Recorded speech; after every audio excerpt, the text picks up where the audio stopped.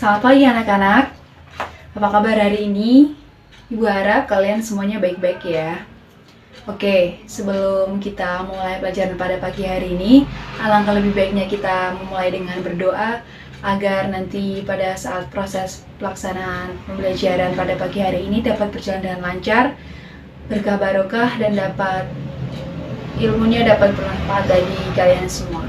Oke, menurut agama dan kepercayaan masing-masing, berdoa dipersilahkan. Oke, cukup. Terima kasih.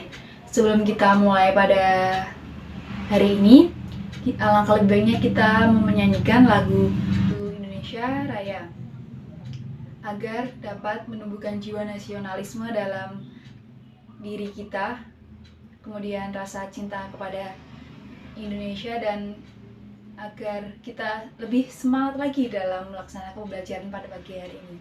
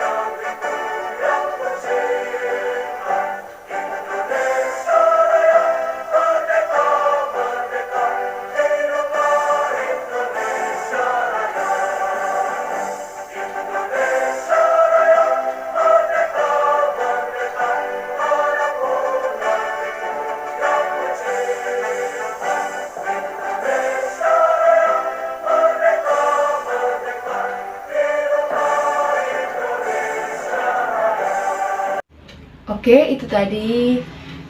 Semoga kita lebih semangat lagi ya dalam belajar pada hari ini. Oke. Sebelum memulai belajar pada pagi hari ini, Ibu minta kita membersihkan atau menyiapkan diri kita agar lebih semangat, lebih nyaman dalam belajar pada pagi hari ini. Oke. Sebelum itu, mari kita mengecek pakaian kita apakah sudah rapi atau belum. Ibu beri waktu 3 menit ya untuk mengecek dan merapikan pakaian kalian. Oke, terima kasih anak-anak sudah rapi ya. Ya, selanjutnya yaitu agar kita nyaman dalam melakukan pelajaran pada pagi hari ini, kita juga harus memperhatikan lingkungan sekitar kita, terutama dalam lingkungan kelas kita. Apakah lingkungan itu bersih atau tidak, agar nanti kita pada saat melaksanakan pelajaran kita dapat nyaman, juga bersih, seperti itu. Oke, Ibu beri waktu 3 menit untuk membersihkan sampah-sampah di sekitar kelas kita ini.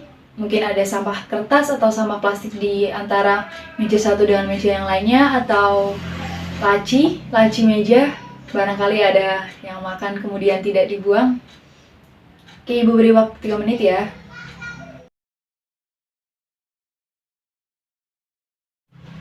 Sudah? Oke. Ibu lihat sudah rapi dan sudah bersih ya, jadi kita bisa melaksanakan pembelajaran dengan nyaman dan juga enak dipandang seperti itu. Oke, sebelumnya Ibu akan presensi dulu ya, presensi kehadiran. Nanti yang Ibu panggil namanya bisa bilang hadir ya. Oke, Ani Lestari, kemudian ada Budi Rahayu, Sulis, kemudian ada Anggita terakhir. Oke, hadir semua ya anak-anak. Nah, di sini Ibu akan menjelaskan mengenai kebinekaan bangsa Indonesia. Nanti apabila ada pertanyaan atau ada yang mau menyampaikan pendapat, dimohon nanti acungkan jari dulu ya, acungkan tangan, kemudian sebutkan nama. Misal, saya Bu Anggita, izin bertanya. Seperti itu ya anak-anak. Dapat dipahami? Oke. Jika sudah dipahami, maka Ibu akan memberikan pelajaran atau memberikan materi pada pagi hari ini. Materinya adalah Kebinekaan Bangsa Indonesia. Semboyan bangsa Indonesia, Bhinneka Tunggal Ika, tertulis pada kaki lambang negara Garuda Pancasila Bhinneka Tunggal Ika. Bhinneka Tunggal Ika ini merupakan alat pemersatu bangsa. Untuk itu, kita harus benar-benar memahami maknanya dari ujung sampai ujung. Selain semboyan tersebut, ada beberapa contoh atau alat pemersatu bangsa yang lainnya. Yang pertama yaitu Dasar Negara Pancasila. Apa sih Dasar Negara Pancasila itu, Bu? Oke, Ibu akan menjawab. Makna Pancasila sebagai dasar negara adalah menjadi pondasi, landasan utama bangsa Indonesia dalam mengatur bangsa maupun negara kesatuan negara Republik Indonesia ini. Dengan begitu, dapat kita simpulkan bersama-sama bahwasanya pentingnya Pancasila dalam mengatur unsur-unsur kehidupan berbangsa dan bernegara. Segala bentuk peraturan yang ada di Indonesia harus berdasarkan dengan Pancasila. Atau dapat kita artikan bahwasanya Pancasila sebagai dasar negara dapat didefinisikan sebagai kaidah negara yang fundamental yang artinya menjadi hukum dasar baik tertulis ataupun tidak tertulis. Oke, Ibu akan melanjutkan pembahasan yang kedua yaitu mengenai bendera kebangsaan Indonesia. Ada yang tahu warna bendera kebangsaan Indonesia itu warnanya apa? Oke, betul sekali. Anggita, bendera kebangsaan Indonesia itu warnanya merah putih. Kenapa sih warnanya merah putih? Ya, karena melambangkan jiwa-jiwa pejuang bangsa Indonesia pada waktu itu. Yang berarti merah artinya berani dan putih artinya suci. Bendera negara Indonesia ini pertama kali dikibarkan pada saat proklamasi pada tanggal 17 Agustus 1945 di Jakarta, Jalan Pegangsaan Timur nomor 56 atau tepat di kediaman Soekarno. Nah, alat-alat pemersatu bangsa yang lainnya yaitu yang ketiga, yaitu bahasa. Nah, bahasa di Indonesia itu banyak sekali keberagaman. Contohnya adalah suku, budaya, ras, agama, termasuk juga bahasa. Nah, di Indonesia itu banyak sekali daerah-daerah yang menggunakan bahasa-bahasa daerahnya. Oleh sebab itu, maka penggagas-penggagas Indonesia atau pahlawan-pahlawan kita membentuk atau membuat bahasa persatuan yaitu bahasa Indonesia.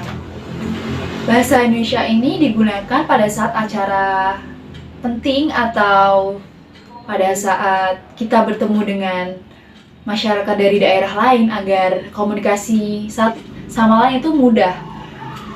Contohnya saja begini, misal Ibu dari Jawa, kemudian Ibu bertemu dengan teman Ibu dari Kalimantan, dan kemudian teman Ibu menggunakan bahasa Kalimantan. Mungkin Ibu tidak paham dan teman Ibu tidak paham dengan bahasa Ibu. Maka dari itu, adanya bahasa Indonesia itu dapat mempererat dan mempersatukan perbedaan bahasa. Seperti itu. Kemudian yang keempat yaitu lambang negara burung Garuda. Kenapa sih Indonesia memilihnya burung Garuda? Kenapa nggak burung elang? Kenapa nggak burung cendrawasih? Kenapa nggak burung yang lainnya? Ya, karena burung Garuda dinilai adalah gagah dan berani, lebih dari elang. Garuda Pancasila merupakan lambang negara Indonesia. Pancasila merupakan dasar negara Indonesia yang dijadikan sebagai dasar ideologi bangsa Indonesia. Lambang negara Indonesia berbentuk burung Garuda yang kepalanya menoleh ke kanan. Kenapa menoleh ke kanan? Karena menoleh ke kanan itu dianggap mengarah ke yang baik. Kemudian perisai berbentuk menyerupai jantung yang digantung dengan rantai pada leher Garuda, dan semboyan Bhinneka Tunggal Ika yang berarti berbeda-beda tapi tetap satu juga. Dan pita yang dicengkram oleh Garuda. Oke, yang kelima yaitu lagu kebangsaan Indonesia. Ada yang tahu lagu bangsa Indonesia itu apa? Nah, betul sekali Ani. Lagu Indonesia itu yaitu Indonesia Raya. Ada yang tahu lagi siapa yang menciptakan lagu Indonesia Raya? Ya betul, Anggita. Wah, Anggita pintar sekali ya. Ya, yaitu penciptanya yaitu W.R. Supratman. Lagu Indonesia Raya ini pertama kali dikumandangkan pada saat Kongres Pemuda II dan ditanggapi dengan gemuruh, dengan riuh, tepuk tangan yang memenuhi ruangan. Lagu Indonesia Raya ini menjadi lagu bangsa Indonesia dan merupakan lagu resmi Indonesia yang wajib dinyanyikan pada saat upacara-upacara penting, semisal seperti upacara kebangkitan nasional, kemudian upacara hari Senin seperti biasa di sekolah-sekolah, kemudian ada upacara proklamasi dan upacara yang lainnya.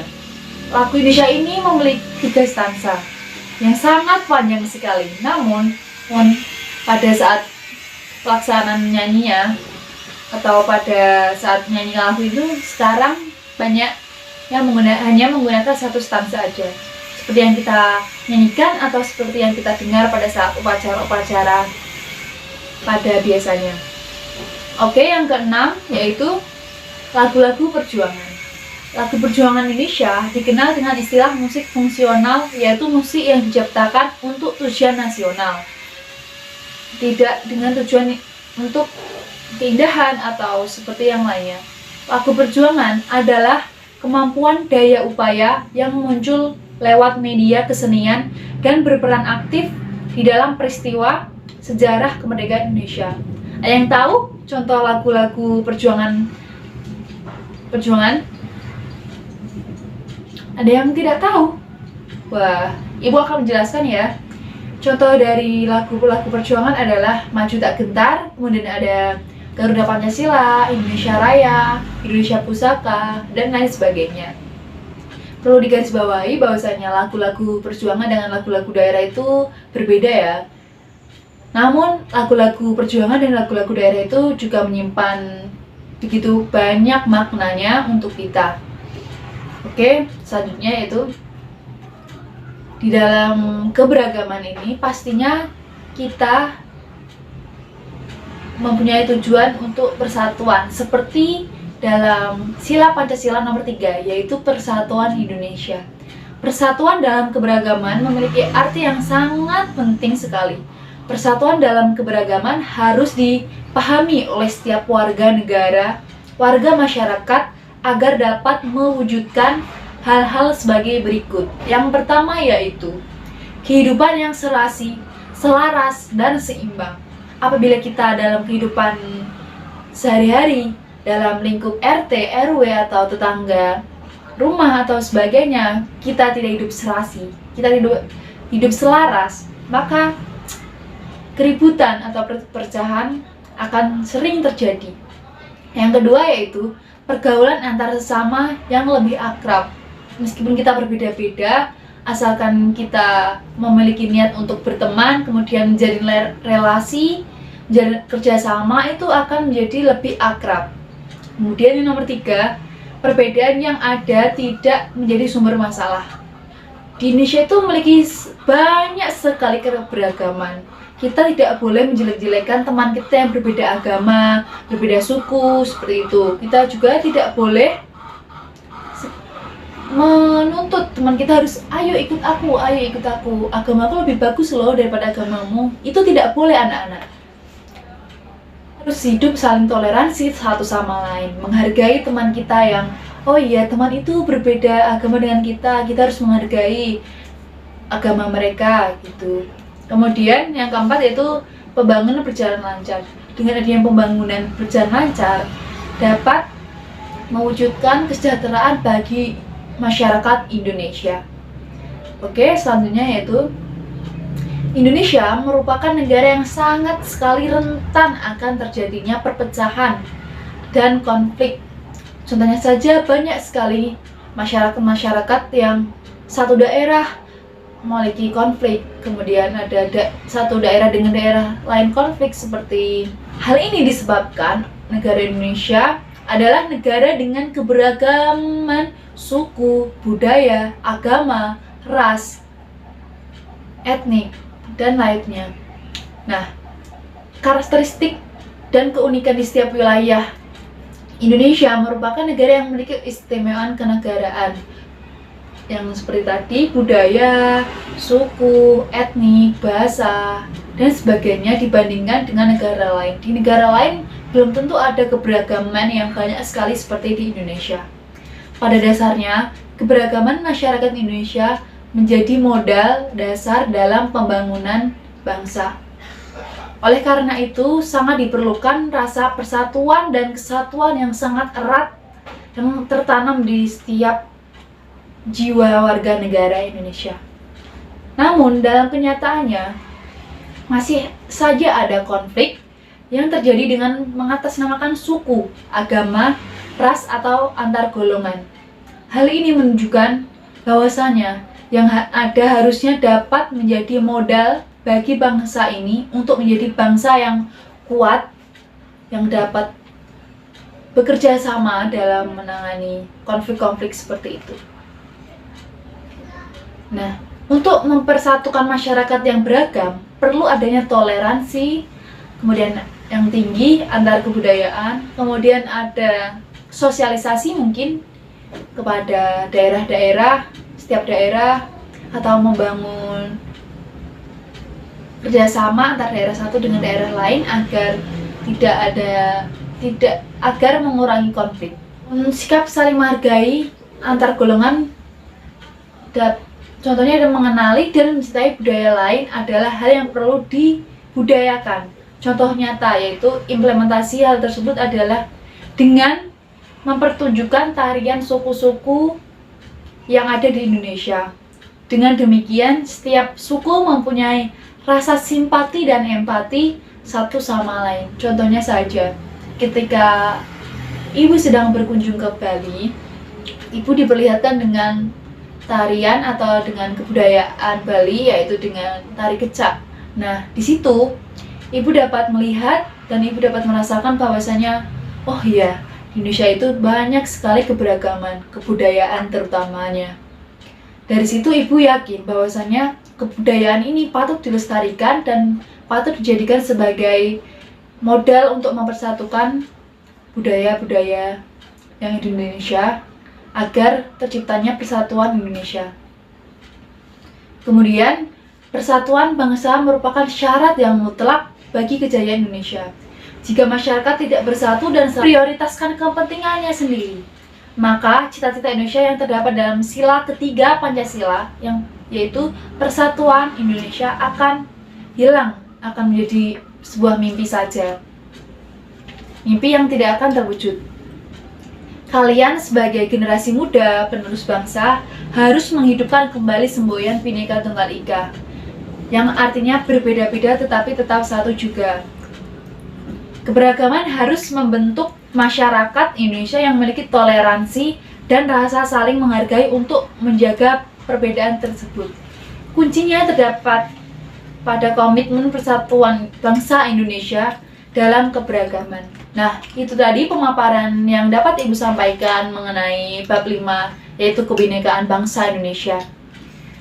Mungkin ada yang mau ditanyakan, bisa dibahas sekalian ya. Atau mungkin ada yang kurang paham. Oh iya, Ani, tentang bahasa tadi, kurang pahamnya di mana? Oh, bahasanya banyak sekali seperti itu ya. Iya, memiliki banyak sekali keberagaman, terutama dalam bahasa. Kita harus saling menghargai. Mungkin kita harus juga belajar dengan teman kita yang lain, dengan bahasa yang lain. Ini pada saat kita bertemu di jalan atau kita lulus dari sekolah, kemudian bertemu dengan teman yang bahasanya sedikit berbeda, itu kita juga harus menghargai, jangan menjelek-jelekan, jangan mendiskriminasi seperti itu ya. Kemudian ibu akan memberikan tugas atau memberikan pekerjaan di rumah. agar kalian juga belajar dan kemudian dapat mengamalkan di kehidupan sehari-hari. Tugasnya mudah sekali. Silakan membuat makalah dengan tema Ga Tunggal Ika. Oke, mungkin itu saja yang dapat Ibu sampaikan. Apabila ada salah-salah kata atau perbuatan Ibu yang tidak berkenan di hati kalian, Ibu mohon maaf yang sebesar-besarnya. Semoga kita dapat berjumpa lagi di minggu depan dalam mata pelajaran PPKN lagi bersama Ibu. Semoga materi yang Ibu sampaikan dapat bermanfaat bagi kalian semua ya. Apabila ada salahnya, Ibu mohon maaf. Wabillahi taufiq wal hidayah. Wassalamualaikum warahmatullahi wabarakatuh.